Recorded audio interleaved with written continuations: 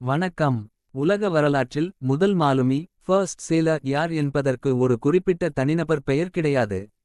ஏனெனில் மனிதன் ஆவணப்படுத்தப்பட்ட வரலாற்றிற்கு முன்பே கடலில் பயணம் செய்யத் தொடங்கிவிட்டான்.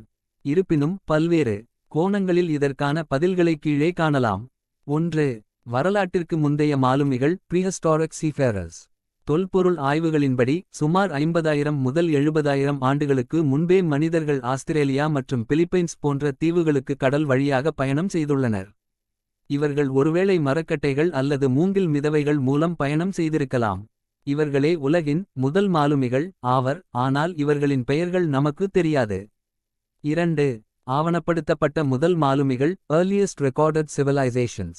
எழுத்துப்பூர்வமான ஆதாரங்களின்படி சில குறிப்பிட்ட நாகரிகங்கள் கடல் பயணத்தில் சிறந்து விளங்கின. எகிப்தியர்கள் அஜிப்ஷியன்ஸ் சுமார் கி. மு 3200 இல் நைல் நதியில் பாய்மர கப்பல்களை பயன்படுத்தியதற்கான ஆதாரங்கள் உள்ளன. சுமேரியர்கள் மற்றும் சிந்து சமவெளி நாகரிகம் கி. மு 3000 இல் இவர்கள் மெசபடோமியாவுக்கும் இந்தியாவுக்கும் இடையே கடல் வணிகம் செய்துள்ளனர். ஆஸ்ட்ரோனேசியர்கள் ஆஸ்ட்ரோனீசியன்ஸ் இவர்களே உலகின் உண்மையான பெருங்கடல் மாலுமிகள் ஓஷன் சேலர்ஸ். இவர்கள் பசிபிக் பெருங்கடலில் உள்ள பல்லாயிரக்கணக்கான தீவுகளை கண்டுபிடித்து குடியேறினர். 3. புகழ்பெற்ற முதல் மாலுமிகள் ஃபேமஸ் ஹிஸ்டாரிக்கல் சேலர்ஸ். வரலாற்றில் நாம் பெயரால் அறியும் சில முதல் மாலுமிகள். ஹானோ த நாவிகேட்டர் கி.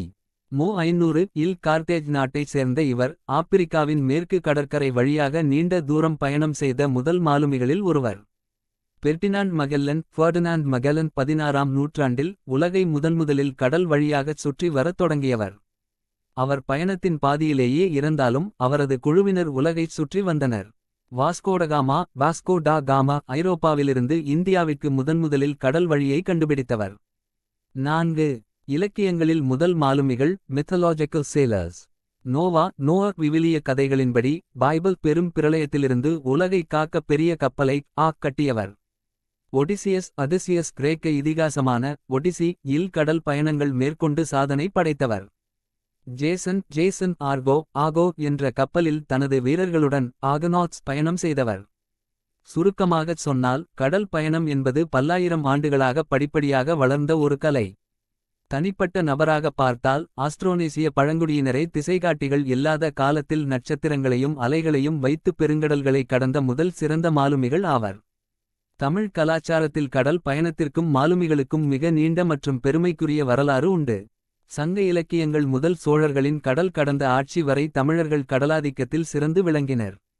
தமிழர் மரபில் சில முக்கியமான முதல் மற்றும் குறிப்பிடத்தக்க மாலுமி தகவல்கள் இதோ. 1. சங்க கால மாலுமிகள் early தமிழ் சேலர்ஸ். ஆயிரக்கணக்கான ஆண்டுகளுக்கு முன்பே தமிழர்கள் கடலில் பயணம் செய்ததற்கான சான்றுகள் புறநானூறு மற்றும் பட்டினப்பாலை போன்ற நூல்களில் உள்ளன. மீகாமன் சங்க இலக்கியங்களில் கப்பலைச் செலுத்தும் மாலுமி அல்லது கேப்டனை மீகாமன் என்று அழைத்தனர். கலையரிகள் கப்பலில் பாய்மரங்களை இயக்குபவர்கள் மற்றும் தொழில்நுட்ப வேலைகளைச் செய்பவர்கள் கலையரிகள் எனப்பட்டனர். தமிழ் மாலுமிகள் காற்றை கையாளுவதில் வல்லவர்கள். காற்றைக் கொண்டு கப்பலைச் செலுத்தும் முறையை வழித்தொழில் ஆண்ட உறவோன் என்று சங்கப்பாடல் புறம் 66 கரிகால் சோழனின் முன்னோர்களைப் போற்றுகிறது. 2. கரிகால் சோழனின் முன்னோர்கள். தமிழர்களில் முறையான கடல் பயணங்களை தொடங்கி வைத்தவர்களாக முற்காலச் சோழர்கள் கருதப்படுகிறார்கள். கடலில் வீசும் காற்றின் திசையை முதன்முதலில் அறிந்து அதற்கேற்ப பாய்மர கப்பல்களைச் செலுத்தியவர்கள் இவர்களே. இவர்கள் நடுக்கடலில் நாவாய்களை பெரிய கப்பல்கள் செலுத்தி வாணிபம் செய்தனர். 3. கடல் கடந்த வெற்றிகள் இராஜேந்திர சோழன். தென்னிந்திய வரலாற்றில் கடல் கடந்து சென்று நாடுகளை வென்ற முதல் பெரும் மாலுமி அரசனாக முதலாம் இராஜேந்திர சோழன் திகழ்கிறார். இவர் தனது வலிமையான கடற்படையை கொண்டு ஸ்ரீவிஜயம் இன்றைய இந்தோனேசியா மலேசியா கடாரம் மற்றும் இலங்கையை கைப்பற்றினார். இதற்காக இவருக்கு கடாரம் கொண்டான் என்ற சிறப்பு பெயர் உண்டு. அந்த காலத்திலேயே வங்காள விரிகுடாவை சோழர்களின் ஏரி ஷோலா லேக் என்று அழைக்கும் அளவுக்கு தமிழர்களின் ஆதிக்கம் இருந்தது. 4. தமிழர் கப்பல் கலை சொற்கள். தமிழ் மாலுமிகள் பயன்படுத்திய கப்பல்களின் பெயர்களே அவர்களின் கடல் அறிவுக்குச் சான்று. தோணி ஓடம் படகு சிறிய நீர்நிலைகளை கடக்க. நாவாய் வங்கம் கப்பல் பெருங்கடல்களில் நீண்ட தூரம் பயணம் செய்ய. 5. கடல் வணிகம்.